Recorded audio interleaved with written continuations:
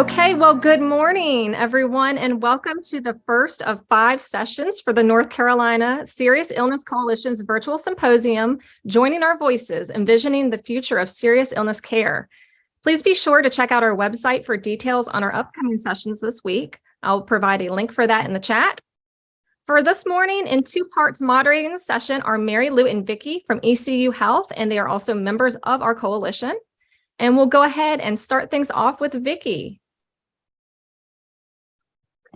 Well, good morning. First, we want to thank each of you for joining the first session of the North Carolina Serious Illness Coalition's week-long virtual symposium.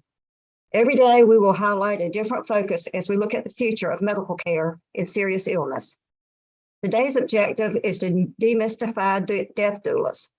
We will be discussing what we can do in the future to influence positive cultural change that promotes both equity and inclusion at end of life. Before we hear from our panelists, we would like to gauge the audience by asking one poll question. How familiar are you with the work of end-of-life or death doulas?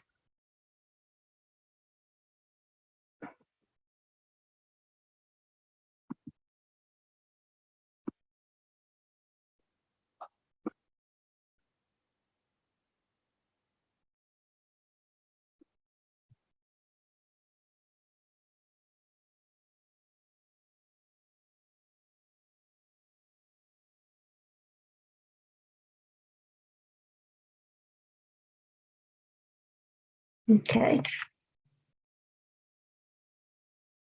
Looks like we have a lot of people who do not know what a death doula is, so that's great. We're going to give you some good information, we hope, up front, so you can participate in the conversation with the panel. And that certainly will help our panel as we proceed. Okay. To set the stage for this discussion, we want to try to make this presentation of interest to you wherever you fall regarding your knowledge of death doulas. And also, for the purpose of this presentation, we would like for you to understand that when we say death doula, that is synonymous with end-of-life doula, death midwife, soul midwife, and end-of-life coach, as well as any other term that people who are trained choose to call themselves. If you're aware of other titles you have heard or that you yourself use, please feel free to share them with us in the chat box. Let's first define what a death doula does. A death doula is someone that supports the dying patient and their loved ones physically, emotionally, and spiritually in harmony with the patient's uniqueness. While death doulas take their lead from the patient and those with the patient, it is imperative that the doulas listen closely to determine the specific needs of this patient and their village. To accomplish that, the death doula engages the patient and their loved ones in meaningful,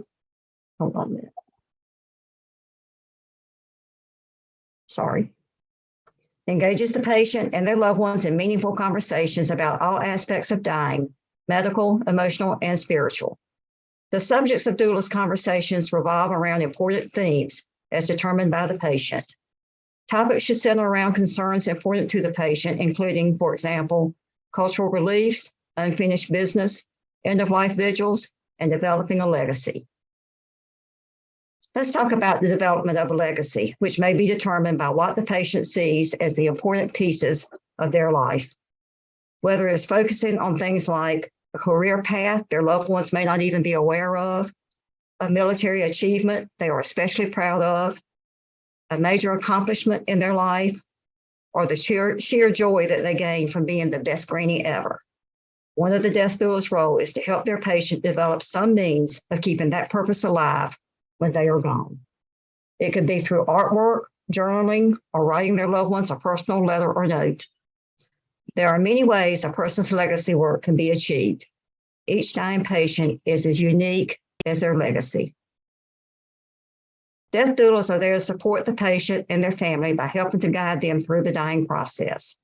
According to Ashley Johnson, founder of Loyal Hands, death doulas, and I quote, enrich the dying experience for patients, family members, and friends, while strengthening the relationship between medical and non-medical support. Death doulas are trained professionals who provide assistance and guidance with holistic services to individuals and their families during transformative life changes, end of quote. So let's talk a little bit about how death doulas do all of those things, especially during a vigil. There are numerous techniques that death doula can employ to help diminish the possible tension in the room while being mindful of the patient's likes and dislikes. Let me quickly review an assortment of techniques for engagement with a patient so we can move on to our panel of experts. Guided imagery is a way to take people to an alternative place and time through creating their happy place. Guide them through a walk on the beach or a hike up a mountain or lying in a green pasture with the wind on their face. Help them recreate an important place or time so they can get away, if even for a brief time. It is important to be cognizant and respectful of the patient's beliefs and rituals. Discuss important rituals with the patient and/or their loved ones and incorporate these meaningful acts into the time with the patient. It could be burning incense or washing the feet or maybe even final rites. Never underestimate the value of meeting the spiritual needs of the patient. If you don't know their needs, ask. Only incorporate those behaviors with the permission of the patient and/or their loved ones. Reading a patient's favorite poem, story, or from the Bible is very reassuring to many people. Share stories that are meaningful to the patient. And play music that the patient enjoys. Again, you need to ask permission first. Music requested by the patient is more than therapeutic. It can be very relaxing and comforting. One really meaningful experience I observed once was a family and their loved ones circling the bed, singing the patient's favorite hymn. This was intended for the patient. It brought a great deal of comfort to all of those present. The death doula incorporates these skills and more to guide the patient in developing their plan for dying, including their death vigil. When a death doula is with their patient, they strive to always be present. A death doula continuously treats their patient and loved ones with the dignity and respect that everyone deserves at the end of life.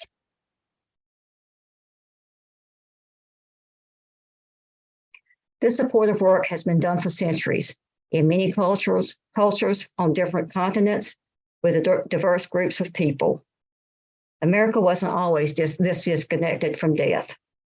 Before medicine was able to prevent and treat diseases, people died at home, surrounded by family and friends, and death conversations happened frequently.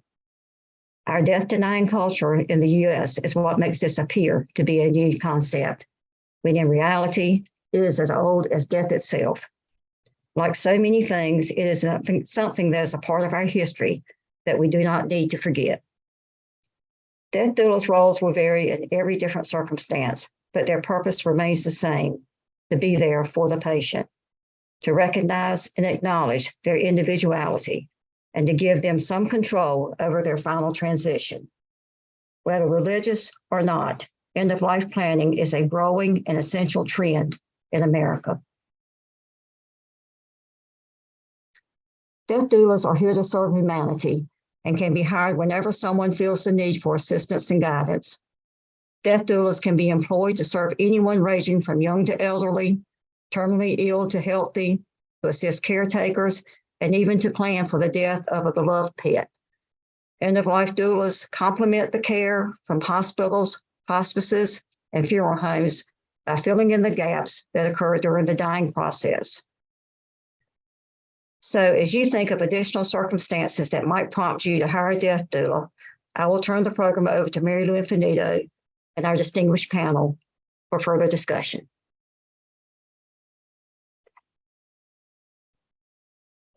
Thank you very much, Vicki. We certainly appreciate that introduction. We are, in fact, often associated with the commonality of a birth doula and a death doula. That's another common aspect where people make a plan for having a birth and make a plan for the fact that they're going to die. So I'm going to check with the panelists by nodding their heads. Do you think I should tell all these people on this call that they are all going to die someday, right? We should let them know that on the front. Oh, I shouldn't tell them, Mazdak? Okay, never mind. You didn't hear that. Don't put that in the recording. So this fine group has come together with us today, and we are proud and pleased to have them. There's a huge big bio about each one of them, and we want you to read it and know where they're coming from, but we're not going to try to read all that to you today. I will tell you that we ended up with about 100 questions that could have been gone over for this, and we have culled it down to 6. And we're going to go through asking these folks to give us some input and some insight. But if you have questions while you're listening to any one of them, please feel free. We have people watching the chat box, and we'll be happy to try to get to those questions at the end. So the first question I'm going to start with Jamie to answer first. I'm going to read the question just so everybody knows what you're thinking about. How are you working to increase awareness and understanding regarding death doulas in all populations, veterans, LGBTQ+, prisoner populations, BIPOC, and any other group or those living in congregate settings? Jamie, if you would like to go first, followed by Mazdak, that would be great. Thank you. Absolutely. Are you able to hear me okay? I always, yes, and thank you for checking. In these worlds today, right? So what am I doing specifically? As a doula, I approach the work from the client's perspective. And so I enter into communities with people who are marginalized. So the global majority, Black, Brown, Indigenous persons, people who are incarcerated. I tend not to use the term prisoners so language is also big in terms of how I am doing the work. And then my role at ANELDA specifically is to create awareness and shared learning experiences for people who wish to do death work, whether they call themselves doulas or not. And the work, the shared learning experiences, the educational opportunities that I am hoping to cultivate are culturally informed, with equity and empathy, right? It is considering the lived experiences of everyone. I entered the space thinking about this. How would a Black, disabled, trans woman feel about what I am creating in this space? Because if I center that experience, then I am likely to be inclusive of all of my queer and trans siblings, of people regardless of ethnicity, right? I am including everyone. So how I enlarge the space is one, centering disabled Black trans women from a thought perspective, and then really considering my language as I do this work. How can I make sure that every day I am learning, specifically for me, and then I'll be quiet and pass it off. I recognize that at one point I was creating content and not thinking about sort of my own ableist mentality, right? I have a certain ability and I was creating content and someone said, hey, do you have this? And I realized that while I was thinking about culture and ethnicity, while I was thinking, right, about access, that there was still a piece that was missing. And so learning every day, ensuring that I enter into communities where people are marginalized, and talking about death in whatever way makes sense for the dying person and the population that supports them is how I work to, I think your word was increase awareness of death doulas and death workers and life workers, right? Whatever title we use, that's how I do it. And so I'll pass it over. Excellent. Excellent. Thank you so much, Jamie. I appreciate that. Mazdak, you're good to answer, or you need me to read anything again? You're good. I think I'm good. I think, okay, great.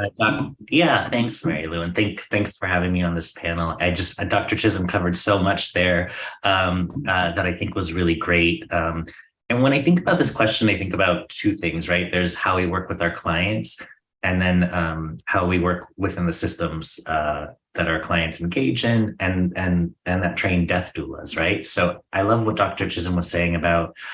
I think folks are familiar with the golden rule versus the platinum rule, right? The golden rule, treat others the way you want to be treated. And then the approach that I think a lot of doulas try to take is the platinum rule, treat others the way that they want to be treated, right? And how do we know that is we ask, as I think Dr. Chism was saying a lot, and go in with a beginner's mind without making a lot of assumptions, because everybody has a different experience with their culture and with death. And so it's good to ask.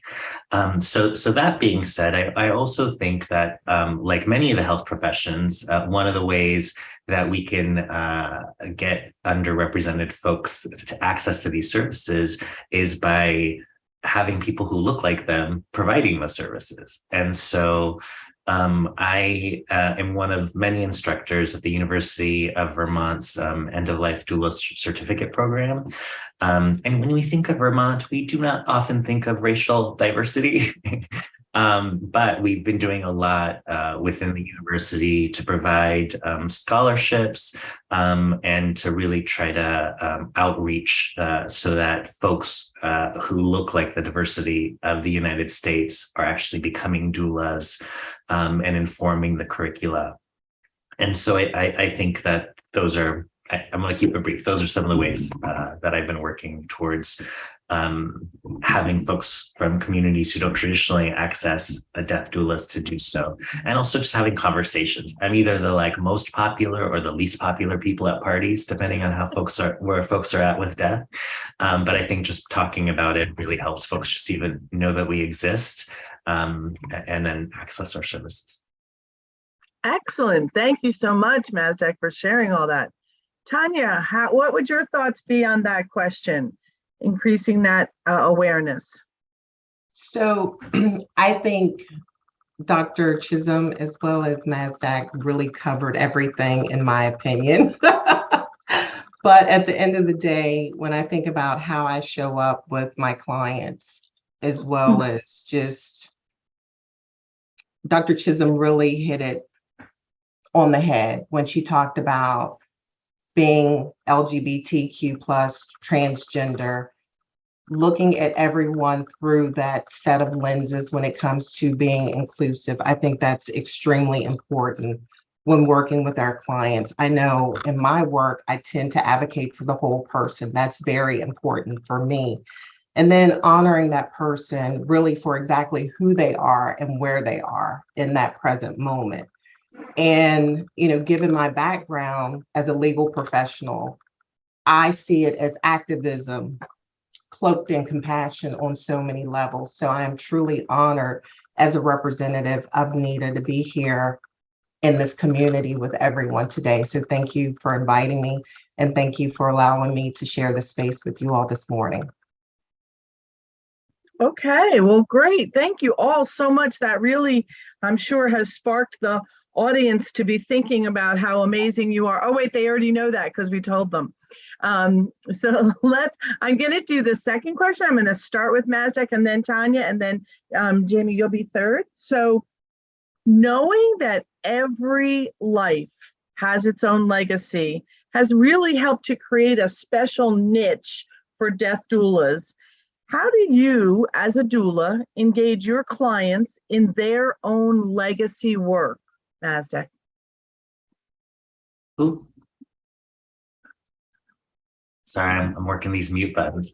Great question, Mary Lou. And I do think that while everybody, one of the sources of anxiety for folks who are dying, I think, is feeling like they're going to be forgotten after they pass away, right? And so I think that this is where legacy work is so important. But just like everybody has different wants and desires when they're dying, different ideas of what it means to die well. People also have very different ideas about what kind of legacy they want to leave. Whether it's, you know, letters to family members or something that's a larger impact on their community. And again, I think it starts with having conversations, asking people. And I think we all have some tools that we can use, using open-ended questions, ask folks what's important to them, how they want to be remembered. And then and maybe giving some ideas, because folks, again, may not know of all the ideas that are out there, and then working to facilitate that legacy happening. And I also really love legacy projects because it's often a great way for loved ones to participate, who may not feel comfortable with being attendants to dying, but who are really good at coordinating events or putting together a scrapbook. And so it's a way for folks to be able to show their love in a way that feels comfortable to them. So yeah, I mean, having those conversations, I think, is really important. Excellent. Thank you so much, Mazdak.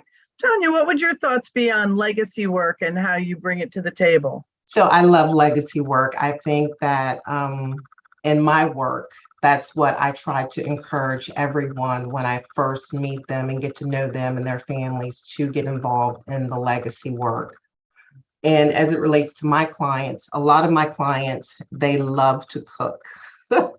So for me, it's like talking to them about a recipe box or a recipe book, and sending it off, gathering all those recipes, having pictures with those recipes. And I think that that is so key because within the African-American community, that's how we share, not just the African-American community, but mostly all ethnicities share their love at the dinner table is through food. And I'm a foodie. So every time I eat, I always taste the love. I'm looking for the love in the food, right?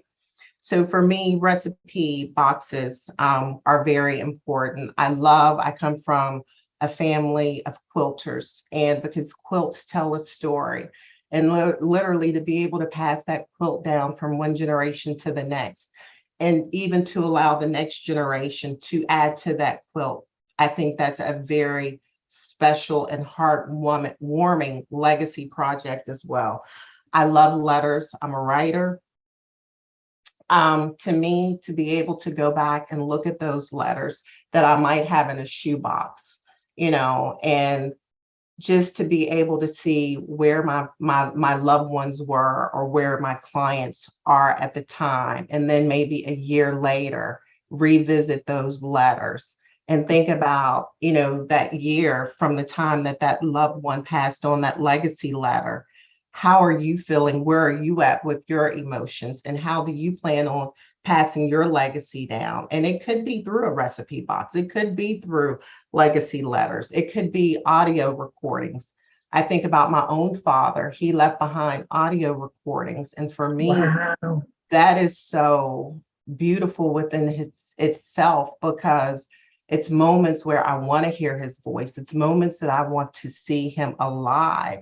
And I think about where he is and how he is in this afterlife. I see him as a whole person and not sick anymore. So those are beautiful ways, in my opinion. Or even sitting down with the client and really writing their autobiography. Sometimes that's very difficult. Or even writing their obituary, because I look at that as being an autobiography. Because when I show up at funerals and things of that nature, and I look at their obituary and I see all of the cousins and the relatives and the brothers and sisters, and I say to myself, who was this person? They were so much more than, a husband, a father, an uncle, and autobiographies. And I would encourage everyone today, sit down and write your own obituary, because who can tell your story or start your own legacy projects now and not wait to the end. Excellent. Very good. Great ideas you've shared with everybody. Okay, Jamie, it gets hard to be the last person when people have said so much amazing stuff, right? But give us, add on to that for us, would you please, Jamie? Yeah, first of all, I just love what's already been said. Mm-hmm. And I think considering that legacy often, not always, is for those who remain, right? And so I enter into the legacy space, one, acknowledging whether or not someone wants to, if they want to be remembered, then we figure out what we can do for them to leave something behind. And I love recipes. I have helped people create cookbooks with pictures, but I've also helped people put on plays, right? There was a patient, and I say patient because I was serving as a chaplain, and then they became my doula client when they went home. but she wrote. She was a writer. She took, I think she might have had a MFA. This was what she wanted to do with her life. And she wrote a play. And so we put her play on at a little community center in Philadelphia. We put on her play. I originally was not supposed to have a role, but someone got scared. So I had to learn my lines very quickly and be part of this legacy project for someone. I think when it comes to legacy, this is one of the ways that I encourage people, even if they don't want to create any kind of project. When I introduce myself, typically, I say that I am the daughter of Inez Brownhill, the granddaughter of Alberta Brown, and a cousin of Pauline Bennett. Inez, my mother, lives about 30 minutes away from me, but my grandmother, Alberta, and my cousin Pauline died in 1995 and 89, respectively, but I named them in all of the spaces I enter because they are still very much a part of me. So I help people recognize that legacy could be a cookbook that's left behind. It could be a play. It could be artwork, but it could also be naming your ancestors as part of creating legacy. And so really a very simple way is just to continue naming people that you love, that are a part of you in all of the spaces. And then we can get real elaborate and do some really wonderful projects. I'll share this one last project that I do with families as they are processing grief. One of my specialties, I'm a thanatologist, one of my specialties is helping people navigate grief, is I bring an artist into a space. This is after the death. I bring an artist into the space and I have the family. This is when we're ready to talk again, right? I have them describe the person. And as they're talking about the person's favorite colors and favorite movies and sayings, the person is just drawing. They're hearing and they're translating in the air, and they have a canvas and they're drawing. And when they're done, whatever is created goes to the family. And so that is also a way to create. So it could be as simple as naming my grandmother, Alberta Brown, who was the most amazing cook you will ever meet, or creating a beautiful work of art that the family can have, that invites other people in the community to create with them. So I'll leave that for legacy. I think all of the real good details were taken. I just wanted to share a couple of stories. Oh, I think you shared great stories. And I think that the three of you have inspired everybody on this call, exactly as you said, Tonya, to start thinking about their own legacy. And wouldn't our lives as death doulas be easier if people would have started thinking about it long before they had a terminal illness, so that they might have some ideas? So this is totally awesome. I love that. All right, I'm going to go to the next question. And Tonya, I'm going to start with you this time and then go to Jamie. How can death doulas educate consumers or clients, everybody calls them something different, to help bring about a better understanding of what constitutes a good death, and my little air quotes there, good death, versus a bad death? But especially in some of the previously mentioned populations where, and any population where there are people who are struggling with their own knowledge or life experiences in their families or friends of a bad death, however that is for them that they define that. So it's a big lot in that question, but good death versus bad death is the bottom line. How do you educate people and help them understand that? Tonya, any thoughts from you? I'm getting ready to go pretty deep here. Hold on to your seats. As it relates to this question,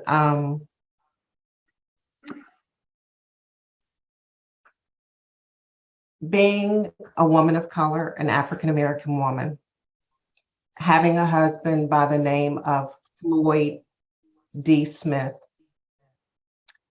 watching George Floyd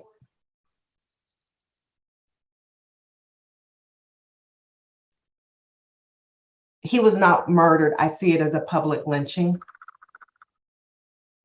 Working in the legal field for over 30 years of my life, specializing in medical malpractice, product liability, mass tort litigation, and being an end-of-life doula.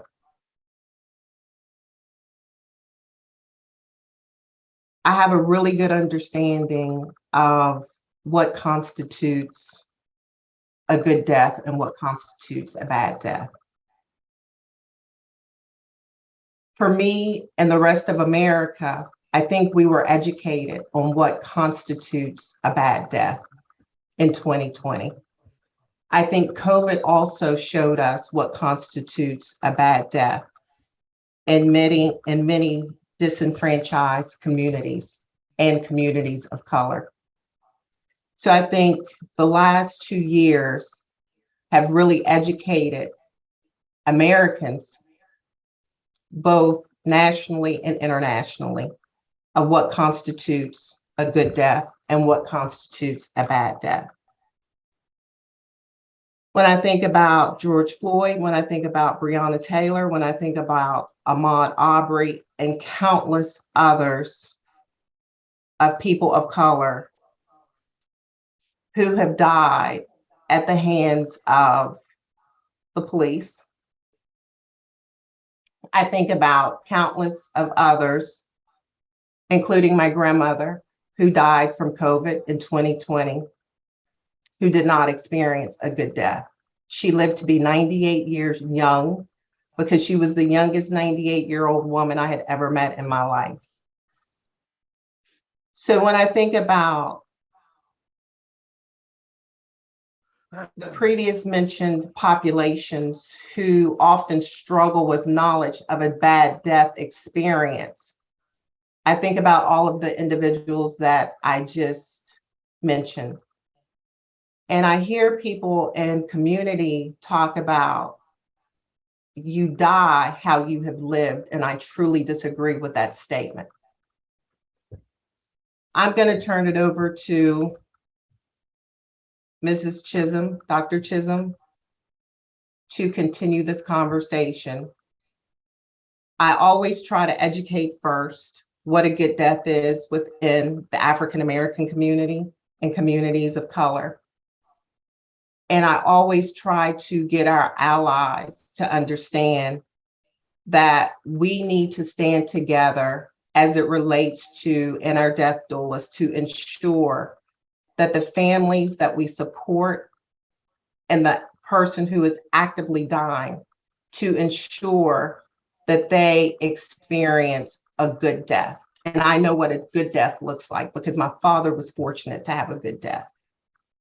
And I feel that everyone in America deserves to have a good death.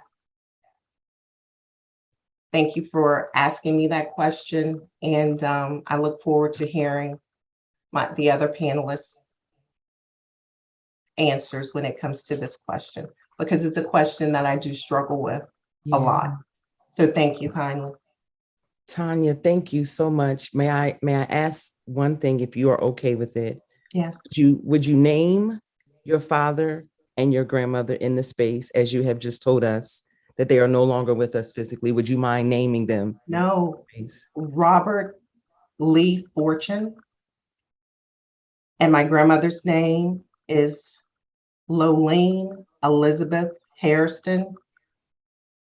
And let me say this, I am the woman I am today because of my father, whom my mother was married to for 52 years. And he was the most amazing man, and he still is in his death. And I walk with him every day, and he's sharing this space with me and you all as I speak. My grandmother, Lolene Elizabeth Hairston, she is in this space as well with us today. So thank you, Dr. Chism, for asking me that question.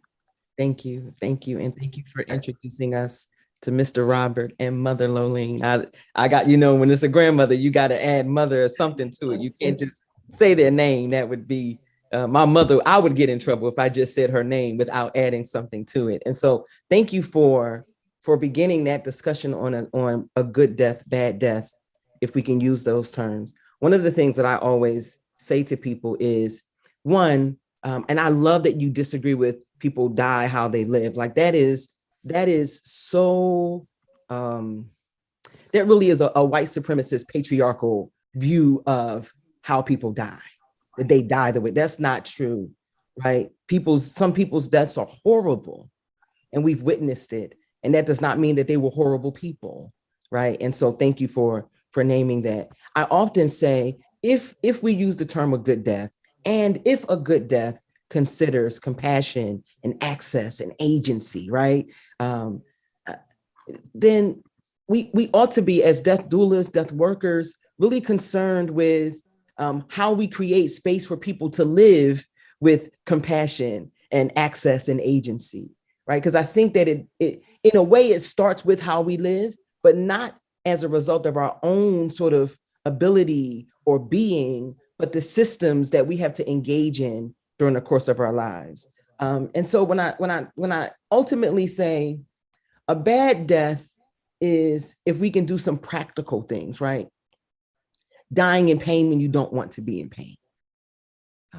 Dying without having your dignity and humanity affirmed and acknowledged. These are some sort of basic things, right?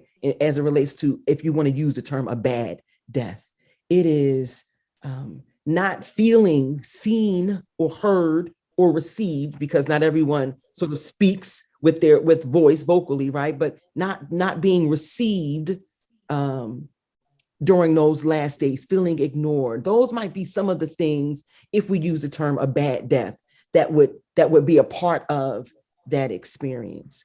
And if we use the term a good death, of course, right? Being in the place where you receive compassion and care, where you are, as much as you are able to communicate what your wishes are. It is having access and agency to get resources, to ask for what you want, to receive care, to have your pain acknowledged. And we know that Black women, Black people in general, Black women specifically, are believed even as late as 2017 to be able to take more pain than their white counterparts. How absurd is that, right? So it is a good death is entering into a person's space, their journey, seeing them fully, and being able to have them receive access to all that they need in those final moments. We can think about a good death. I just want all of us thinking about being death doulas, educating death doulas, death workers, to consider what our sister Tonya said, and that is, how do we ensure that people have this during their lifetime? How do we ensure that people who are incarcerated have equitable life experiences, right? How do I ensure life to the incarcerated? If I can ensure life, then the death experience might be different. So I know I kind of went around in this way, but I just wanted to add to that conversation. It's really hard to say good death, bad death. There are some really practical things that we can talk about that might make death bad. But beyond that, it's also how are we seeing and receiving humanity in our everyday that can change those last breath moments. Thank you for sharing. And Mazdak, would you like to add some information about good death versus bad death from your perspective or your experiences? Yeah, I don't know if there's much more to say after that. I am in awe of my fellow panelists, and this is why I love being part of a community of end-of-life doulas, just to seamlessly talk about personal stories and kind of the structural injustices we're living with, and it's all part and parcel, right? What I love what Miss Tonya said earlier too about how death doulas it's advocacy wrapped in compassion. Mm-hmm. And I do think that they're one of the important roles I see that doesn't always get talked about, is that we are in the room oftentimes to interrupt some of that stuff that we might be seeing that may contribute to a less than ideal death, right? And I take that part of my role very seriously. Like I can be loud, I can be obnoxious, I can get things done, right? In a nice way, but I lost my train of thought a little bit there. To say, so what actually got me into being a death doula during COVID times is I was having a lot of anxiety about my mom's mortality. And there was a moment where she entered the hospital. They thought she had COVID. English is her second language. It was her worst nightmare of what a bad death would be, right? Being alone and not being able to communicate with her care team. And then us never being able to see her, right? It was all of our worst nightmares. And so what I appreciate about end of life doula is that death is inevitable, right? But suffering around death doesn't need to be inevitable. And so figuring out those ways that we can actually talk out loud and surface the fears of the bad deaths that people have seen and be able to offer options of like, it doesn't have to be that way. But I do also want to acknowledge that like not everybody has that choice, right? Not everybody has that choice, but as end of life doulas, we can work to advocate so that more people have those choices every day. And that we can advocate for that when we see something going sideways. So I just thank you both for sharing your stories. Excellent. Thank you for adding to that, Mazdak. And you know, it is interesting as death doulas. I'm a nurse by background originally and then became a death doula later on as we all morphed into this after something else. One of the things I always say is we need to make sure that everybody understands there can't always be a death doula with every person. There's just not enough of us, but teaching people to advocate for themselves about understanding what they do want and what they want their death to look like across all populations can really help make it be that people are starting to advocate for themselves and wrap that compassion around themselves to move forward. So I would like to go, I'm not trying to make a twist on the panelists here, but I have had a question come in the chat that I'm going to add to this next question. And I think it's the perfect timing and the perfect fit. So the question was originally, where, how, what do you see the future of death doulas over the next 5 to 10 years? And if you could add into this in terms of pediatric patients, what do you see? What do you know? Have any of you had any specific experiences? Because the North Carolina Serious Illness Coalition really focuses on where do we take serious illness and how do we make it better? And those serious illness patients are going to end up having a death. And so that's probably sooner than it would have been without the serious illness. So where do you see the future over the next 5 to 10 years for death doulas? And if you have a thought on how you could include the pediatric population, that would be awesome.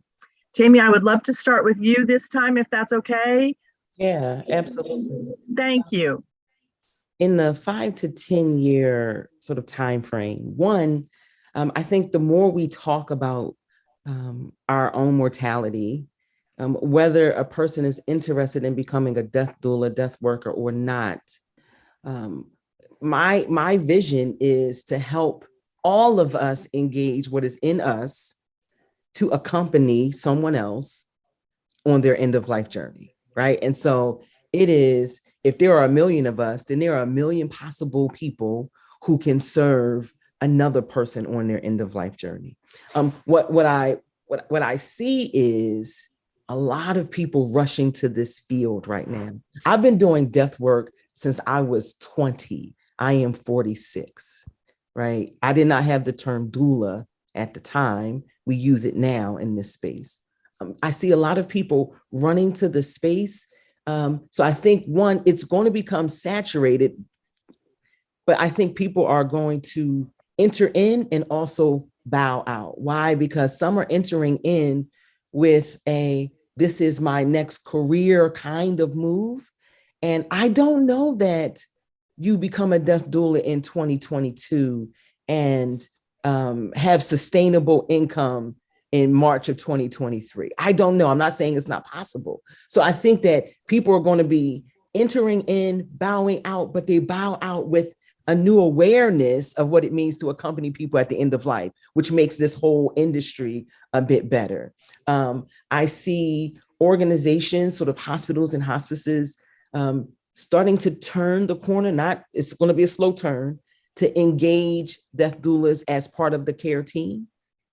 It's going to be a slow turn, but as part of the care team. But I also see in terms of if we say there are prominent voices, because there are some voices that we some people that we see in the world that are doing death work, I see that shifting to a more equitable lens where some of the voices, they look like this particular, the four of us in this box, right? That people can see themselves in some of the prominent voices. As it relates to, so I see death doulas expanding over the next 5 to 10 years, but more than that, I see people learning more about what it means to explore and prepare for their last breaths. As it relates to pediatrics, children are so much further ahead of us than we like to believe. Now, I know that we have to explain and talk in ways that make sense to them, but children, in terms of death and dying, like they are able to be with in ways that I don't know, that they don't have this certain fear and this, we've had time to become maybe cynical or develop fear. They don't always have that. So as it relates to working with children, I do see more people starting to specialize in that. But what I'd like to see is those who are pediatric chaplains and pediatric social workers and pediatric nurses, right, engaging in this death doula work so that they can pick up some additional skills that also help them serve in ways that are meaningful from their own lens. And so, yeah, we're going to be working with children. Some of us do. I work with children. I was in mothers and children, right? But it's really about developing a comfort and a skill set to work with kids. And there's a population of people who have that. So how do we help build on their skill set so that they can use their already working knowledge and wisdom in the spaces that they're in with this added awareness of death and impermanence in their current setting. So I hope that starts us off some. And I see in the project, Lady Bird Morgan, Anelda has done some work as well with in terms of the humane prison hospice. It's a wonderful project. You're on mute, Mary Lou, if you're trying to speak. 3 years into this and I'm still on mute sometimes, really? Mazdak, if you would like to add to that, sorry. Just trying to see if anybody was paying attention. Sure. I have the same issue. Something that's heartening to me on the pediatric side is I'm seeing more and more parents who have lost young children entering into this space, both as a way to heal as well as to support other folks going through that journey. And so it's been really powerful to witness that. And I agree, University of Vermont is working on some initiatives to incorporate doulas into the care team. And I don't know what's going to happen in 5 to 10 years. It's a little bit the wild, wild west right now, right? When it comes to what it means to be a death doula, how people approach the work. It's all very different. Although there are places like NIDA and Anelda and, trying to put some parameters on this.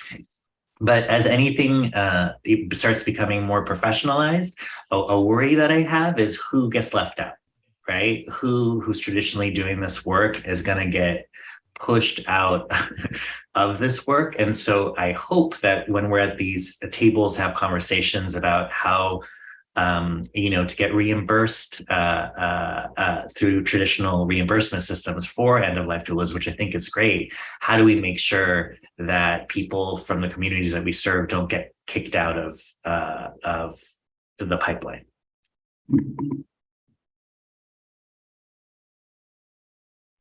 Excellent. Thank you for that addition.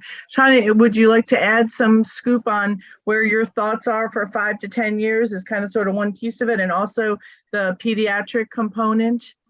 Thoughts? So the pediatric component is very near and dear to my heart because back in May, I spent 2 weeks at the Children's Hospital with my granddaughter, who is currently 5, but she was 4 at the time. I can say that I saw a tremendous need in my time at the Children's Hospital when it comes to pediatric care and how end-of-life doulas can really partner with hospitals throughout the country and incorporate death doulas into the care team. I think it's extremely important, and I think it's something that is truly overlooked. I also know that from a palliative care perspective, pediatrics is overlooked from a LGBTQ perspective as well, and that's a conversation that needs to take place, and education needs to be centered around that. What does it look like? I hope in the next 5 to 10 years as it relates to pediatrics, and these are some conversations that I have had with Levine Children's Hospital when it comes to the director of nursing, palliative care, chaplains, the whole 9 yards. I think it begins with education. And I think that when these hospitals are fundraising for the Levine Children's Hospital, that we get buy-in from the CEO, from the board of directors. Those are where the conversations need to start, not from the lower level employees. I do corporate governance for a living. And for me, I like to deal with the C-suite. Let's have those conversations, because that's where change is made. And those are the people who can make the decisions in order to find funding for end-of-life doulas. Where do I see it in 5 to 10 years? I'm very hopeful. Like Dr. Chism said, I don't believe that in a year's time that you can quit your day job to become an end-of-life doula. I would love to be able to walk away from legal at some point, because this is truly my love, my passion. I love educating. I love taking care of my clients. I love advocating for my clients. And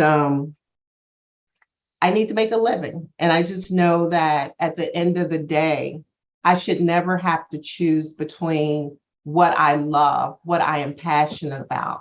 But because I cannot make a living, I have to remain in my chosen field, my career field, to keep the lights on. So I'm hoping in the next 5 to 10 years that we can find ways that end-of-life doulas are valued. I feel that we are almost like teachers. We're underpaid, but we add so much value on so many levels. So that's my take, where I see it in the next 5 to 10 years. Okay. Wow, lots of great information. I do want to comment, Dr. Jamie, on the fact that you said there might be lots of people coming, because I think you're 100% correct. This isn't a career choice, it's a passion. And people don't go to it, they get called to it if they're really going to stay. And so lots of people think it might be an opportunity for a new occupation and a money-making scheme or a money-making opportunity. It's really not that, is it, folks? Because it's not insurance paid and all those things. We are getting close to the end of our time together. So rather than start another question and get stuck in the middle, I would love to ask each of you if you could give us a closing comment. And I'm going to try to ask you to go for the 1 minute, which I know in reality, spending an hour with you will be 2 minutes for each of you, and then we'll be right there. I get it. I love you all, I can tell. Mazdak, you are due to start next. So if you would like to share with us just some closing thoughts, and then I am going to ask the three of you to make sure that you put in the chat your contact information, whatever method you would like to share with the group. People are looking to be able to reach out to you to learn more over coming time. So that would be great. Thank you, Mazdak. If you would start, I would so appreciate it. Sure. It's hard to even know where to start, but I know. Something I would like to share is something that surprised me is how much of this work folks are called to who are not dying, right? But who want to be having these conversations and are thirsting for these conversations, and how it really helps inform how they live, how they choose to live. So when you think about what a good death means when you're not, don't have a terminal diagnosis, and think about what do you want to have been important to you? How do you want to have touched people? It really puts things in perspective about you starting to think like, okay, am I spending my energy and my time in the things that will get to that place where I want to be when I die? And for a lot of folks, the answer to that is no. And so I've seen some profound changes in folks who are engaging with death in a different way. So one of the ways we didn't talk about death doulas working is with folks who just want to live more meaningful lives. And I think that there's a lot of work to be done there as well.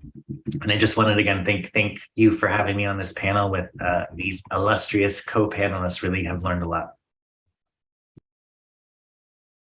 Thank you, Mazdak. Dr. Jamie, would you like to go next? That would be great. Sure. Echo everything that was just said. And I try to let everyone know that we all have the capacity to journey with one another in loving and compassionate ways. And so each of you who has joined us today, those of you who will watch us at a later date, yes, learn about death doulas, yes, engage death doulas, and find a way to begin exploring your own life yourself. As you start to think about your mortality, it changes how you live. It can be a powerful change agent in how you live. And for those who are considering being death doulas, I always say this: one, you actually do not need to go to anyone's training to be a death doula, and you don't need it.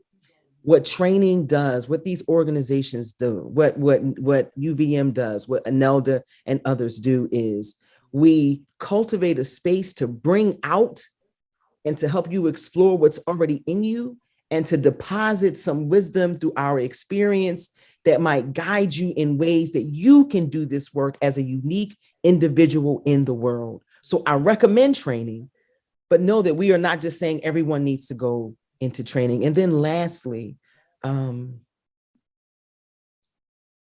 if you're going to do this work, you must be willing to explore and address your own biases and ideologies that are not life-giving and life-affirming. It does not mean that we become perfect because we decided to address our biases. It means that we are aware of what we bring into a space with others. And the more we are digging into that awareness, the better able we are to companion our siblings, right? Our human partners on life's journey. And so I invite you all to explore that within yourself as you consider doing this work. Thank you again for having me, and I'll put my information in the chat as well. Awesome. Thank you so much. Tonya, would you be able to share a bit with us in terms of your final thoughts? I know you can do it. It's a lot.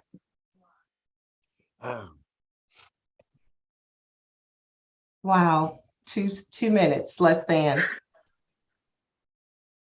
One of my favorite people that I follow and who helped introduce me to being a death doula, her name is Alua Author. And Alua always says, what must I do to be at peace with myself so I may live presently and die peacefully? And I think that's the million-dollar question that everyone who is present here today should ask themselves. And the question again is, what must I do to be at peace with myself so I may live presently and die peacefully? Thank you all very much. And I'm so privileged to be in community with each and every one of you this morning. It was the best Monday morning that I've had in a very long time. So thank you. Excellent. Well, you guys have been amazing, amazing, amazing, far beyond what we ever could have dreamed. This has just come together. And I think that's because your hearts are all in the right place. You're all doing this work, not for the big bucks, but because your heart is in the right place to impact people's lives. For those of you who play golf, this will make the most sense. But the thing I like to say is, we don't get any mulligans when it comes to people dying. There's no do-overs. We get one chance to do it right. And that's our goal, is to make sure it happens well. I would like to thank everyone for being here today. Please remember to go to the very beginning of the chat box and find the information with the link to all the rest of the week. The whole week is going to be amazing. We've just kicked it off and gotten it started, but the whole week is going to be amazing. So, Virginia, put it in the thing so you don't have to search backwards. So much gratitude to all of you. I'm sure you can see the chat box if you have it up, that everyone's loving you all. You're going to hear, I don't know, maybe everyone on this call wants to be a death doula. Wouldn't that be cool, ladies and gentlemen? Love it.